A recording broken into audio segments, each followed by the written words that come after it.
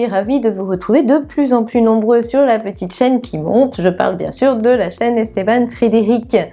Pour rejoindre nos abonnés, cliquez sur le bouton rouge en bas à droite de l'écran et puis continuez à liker et commenter parce que ce mois-ci encore, une consultation de voyance sera offerte par Esteban Frédéric lui-même à l'un de ceux qui auront commenté l'horoscope mensuel. Le tirage au sort aura lieu en fin de mois, alors ne ratez pas votre chance. Bon nous voici donc déjà en novembre. Ce mois-là semble être un peu à part car il est bien chargé de planètes en Scorpion. Alors qu'est-ce que ça veut dire? Eh bien la particularité du Scorpion est quand même l'agressivité, surtout quand la planète guerrière, je cite Mars, traverse ce signe-là. On ne va rien dramatiser, mais comme le signe du Lion est particulièrement concerné par cette vague que je la qualifierais de scorpionesque, il vaut mieux savoir qu'en ce mois de novembre, calmer les esprits sera toujours le bon réflexe à avoir. Allez, un petit rappel rapide des dates des décans et on développera tout ça. Si vous êtes né entre le 23 juillet et le 1er août, vous êtes lion du premier décan comme Jennifer Lopez et Daniel Radcliffe. Si vous êtes né entre le 2 et le 11 août, vous êtes lion du deuxième décan comme Charlotte Casiraghi, Charlize Theron, Meghan Markle et Barack Obama. Et si vous êtes né entre le 12 et le 23 août, vous êtes lion du troisième décan comme Emmanuel Béard, Madonna, Mika et Ben Affleck, rien que ça.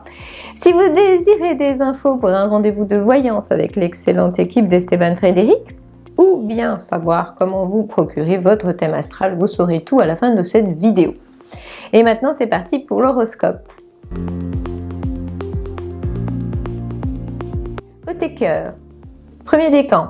D'ici le 16 novembre, n'oubliez jamais la douceur et vous éviterez de tomber dans les pièges de ces planètes en Scorpion bien trop critiques ou caustiques.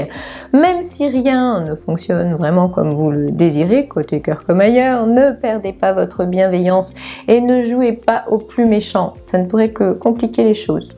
Si vous vous engagez dans un bras de fer, c'est que vous n'aurez sans doute pas encore compris que l'autre ne cédera pas.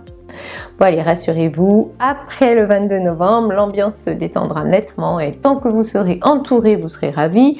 Tant qu'il y aura des gens et une ambiance de fête, vous serez même comblés.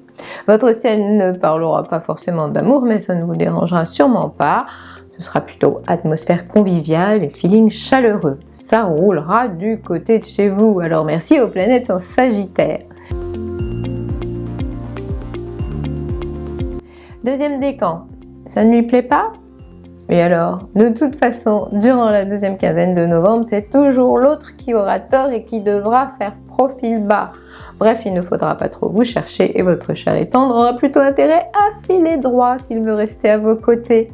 On pourrait bien constater également chez vous des instincts de possessivité en pleine croissance.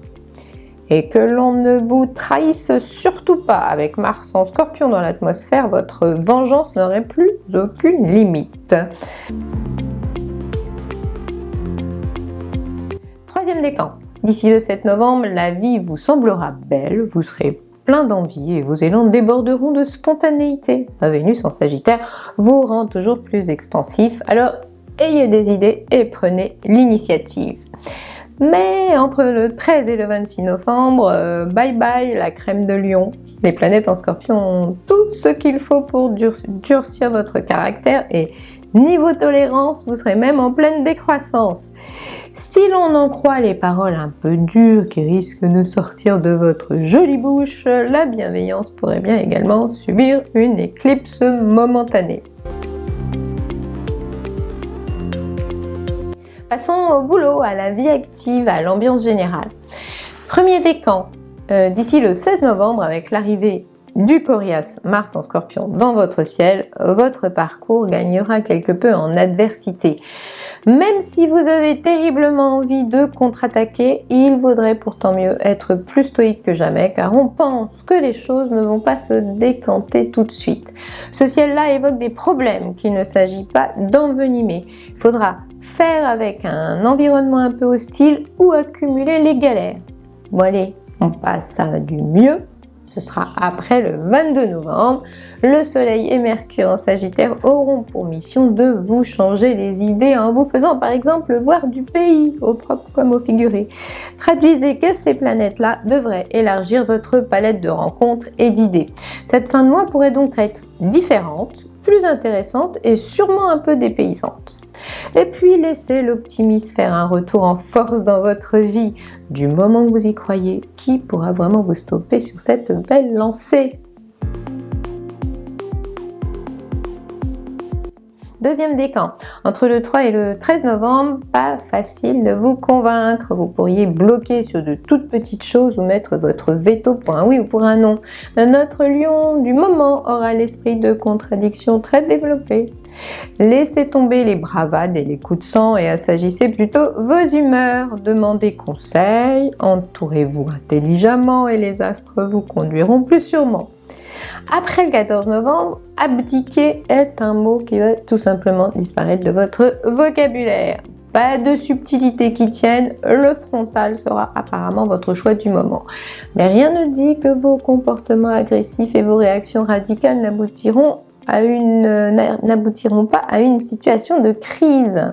Il faudra surtout éviter de vous créer des ennemis au passage car vous aurez sans doute droit à quelques hostilités. Sans compter que cette planète Mars en Scorpion vous donne facilement un profil de bourreau. On ne pourra donc que plaindre les pauvres victimes sur lesquelles vous pourriez décider de vous acharner d'ici la fin du mois. Troisième décan. D'ici le 5 novembre, vous devriez trouver vraiment sympa d'avoir cette cote d'amour-là. On se demande d'ailleurs qui pourrait bien vous dire non. Profitez donc de ce début de mois pour contractualiser un accord et faites-les vite signer. Mais entre le 13 et le 26 novembre, vos critiques auront-elles vraiment besoin d'être aussi acerbes ou dures? On aura vite compris que vous voyez les choses autrement, mais c'est une raison pour réfuter aussi catégoriquement tout ce qui a été fait auparavant. Vos propos ne seront pas assez nuancés et certains pourraient même les trouver déplacés. Et puis la révolte systématique pourrait surtout vous rendre antipathique. Évitez aussi les intrigues et les petites machinations, ça ne marchera sûrement pas à tous les coups.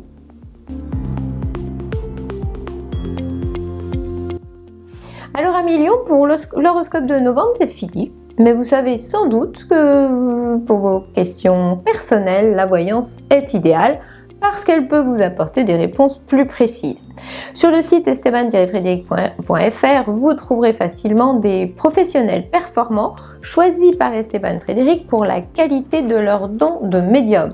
En plus, vous pouvez prendre rendez-vous 7 jours sur 7, ce qui n'est surtout pas négligeable.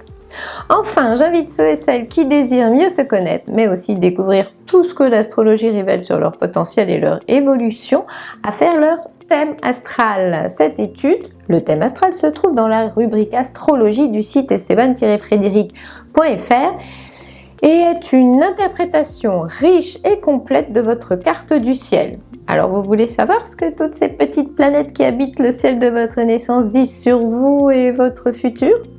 N'hésitez pas à vous offrir votre thème astral.